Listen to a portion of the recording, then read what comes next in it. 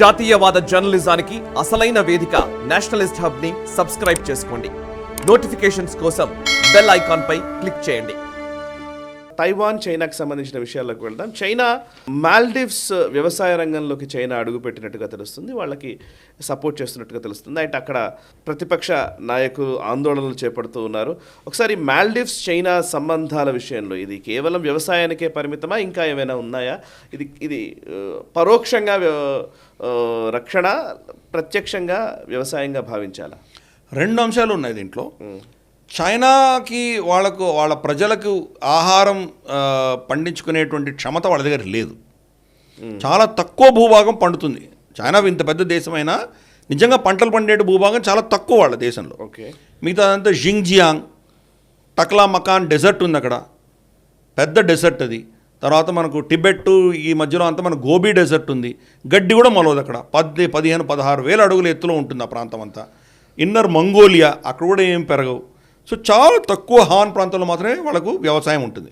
కాబట్టి అంత పెద్ద పాపులేషన్కి వాళ్ళు ఆహారం సప్లై చేయాలంటే మిగతా దేశాల మీద పడి వాళ్ళ మన ఏమంటారంటే మనకు అగ్రికల్చరల్ ల్యాండ్స్ అని వాళ్ళ అధీనంలో తీసుకుంటారు. ఈరోజు అమెరికాలో కూడా చాలా లక్షల ఎకరాలు ఈ అగ్రికల్చర్ ఫార్మ్స్ అన్నీ కూడా చైనీస్ కంట్రోల్లో ఉన్నాయి. అలాగే ఆఫ్రికాలో సిపిఈసి కూడా అందుకనే పెట్టారు. సిపిఈసి వాళ్ళకి ఏం అక్కడ రోడ్ వేసుకోవడానికో వాటర్ పోర్ట్ కట్టుకోవడానికి వాళ్ళ ఇంట్రెస్ట్ కాదు, అది సెకండరీ ఇంట్రెస్ట్. ప్రైమరీ ఇంట్రెస్ట్ ఏంటంటే ఒక గీత గీసేసారంటే అటు ఇటు ఆ కారిడోర్లో ఉన్నటువంటి భూములన్నీ వాళ్ళు తీసేసుకుంటారు. అక్కడ వాళ్ళు పంటలు పండించుకొని వాళ్ళ దేశాన్ని వాళ్ళు తీసుకువెళ్తారు. అది వాళ్ళ ప్లాన్, ఒరిజినల్ ప్లాన్ అది. మాల్దీవ్స్లో అది చేయబోతున్నారు. ఇక్కడ అగ్రికల్చర్లో వాళ్ళు టేక్ ఓవర్ చేస్తున్నారు. అంటే కొన్ని దీవులలో ఉన్నటువంటి వ్యవసాయం ఏదైతే ఉందో, కూరలు పండించవచ్చు, పండ్లు పండించవచ్చు, మనకు తెలియదు ఏం పండిస్తారు. ఇవి చైనా వాళ్ళ కంపెనీలు వచ్చి అక్కడ పండిస్తాయి. భయంకరమైన కెమికల్స్ వేస్తారు వాళ్ళు. ఈరోజు సారం అంతా చచ్చిపోయింది. చైనాలో భూభాగం అంతా కూడా సారం చచ్చిపోయింది. భయంకరమైనటువంటి కెమికల్స్ వేస్తారు దాంట్లో. ప్లస్ అక్కడ ఎంత నాసిరకం కెమికల్స్ ఉంటాయో మనకు తెలుసు, అక్కడి నుంచి వచ్చేవి.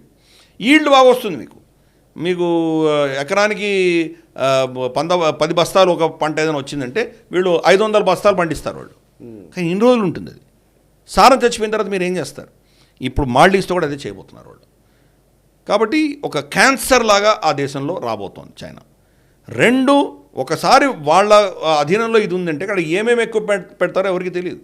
కరెక్ట్. అక్కడ పెట్టి లిజనింగ్ పోస్టులు పెట్టి మనకు అక్కడ సదర్న్ కమాండ్లో వెళ్తున్నటువంటి యుద్ధ నౌకలు కావచ్చు, ఎయిర్క్రాఫ్ట్లు కావచ్చు, డ్రోన్స్ కావచ్చు, వీటిని పసిగట్టడం, అలాగే కమ్యూనికేషన్ వినడం, ఇవన్నీ ఏం చేస్తారో మనకు తెలియదు. ఇన్ఫ్యాక్ట్ మాల్దీవ్స్ అపోజిషనే ప్రశ్నిస్తున్నారు, బహుశా ఇది కనుక చేస్తే కనుక చాలా ఇబ్బంది వస్తుంది అని. అలాగే మన విశ్లేషణ కూడా చాలామంది చెప్తున్నారు ఇది యాక్చువల్గా అగ్రికల్చర్ పేరిట మనకు వ్యతిరేకంగా వాళ్ళు చేస్తున్నటువంటి ఒక కుట్ర అని చెప్పి చాలామంది చెప్తున్నారు. ఓకే, ఈ వీడియో మీకు నచ్చినట్టయితే లైక్ చేయండి, 10 మందికి షేర్ చేయండి. అలాగే కామెంట్ల రూపంలో మీ అభిప్రాయాలను మాతో పంచుకోండి. Nationalist hub group of channels ను సబ్స్క్రైబ్ చేసుకుని తెలుగునాట జాతీయవాద జర్నలిజాన్ని ప్రోత్సహించండి. ఈ వీడియో కింద ఉన్న బెల్ ఐకాన్ పై క్లిక్ చేయడం మర్చిపోవద్దు.